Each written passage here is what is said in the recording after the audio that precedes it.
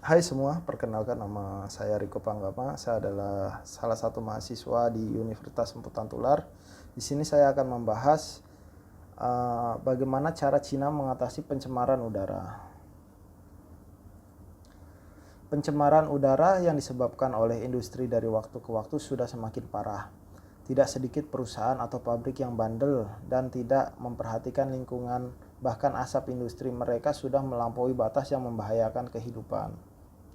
Jika kita melihat kondisi di sekitar industri atau pabrik di negara kita Indonesia, terdapat beberapa yang memiliki polusi udara yang sangat membahayakan.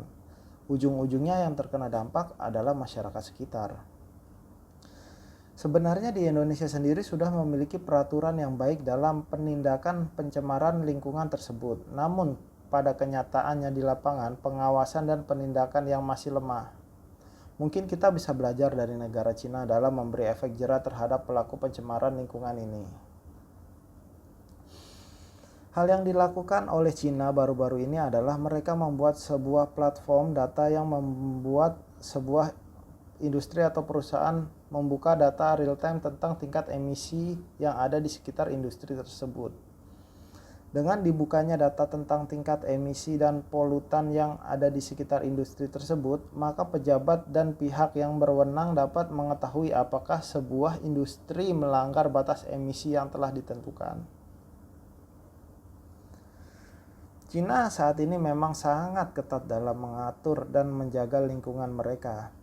Perusahaan yang ingin membuang emisi ke udara harus mendapatkan izin untuk membuang polutan ke udara. Setelah mendapat izin, setiap perusahaan tersebut juga harus memasang sebuah alat yang berguna untuk memantau tingkat emisi dan alat tersebut harus diperbarui minimal 5 tahun sekali.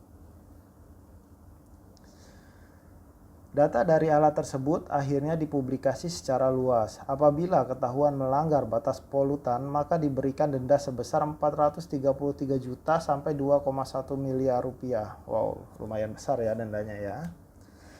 Selain denda yang cukup besar, hal ini yang menimbulkan efek jera adalah dengan dibukanya identitas perusahaan yang telah melanggar aturan pencemaran udara tersebut ke publik.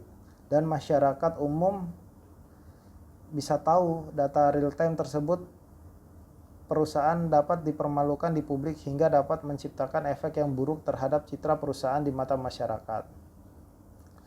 Selain itu bagi pejabat setempat yang tidak mampu menekan emisi di daerah tersebut, maka pejabat tersebut harus siap-siap meminta maaf ke publik dan bahkan harus siap untuk mundur atau dipecat dari jabatannya. Mungkin cara seperti ini bisa diterapkan di Indonesia. Tidak hanya pihak berwenang saja yang memantau kualitas udara, akan tetapi masyarakat luas juga dilibatkan dalam pengawasan pembuangan polutan ke udara. Jika data sudah terbuka dan jelas, maka tentu tidak bisa mengelak dan ujung-ujungnya harus mematuhi ambang batas pencemaran udara.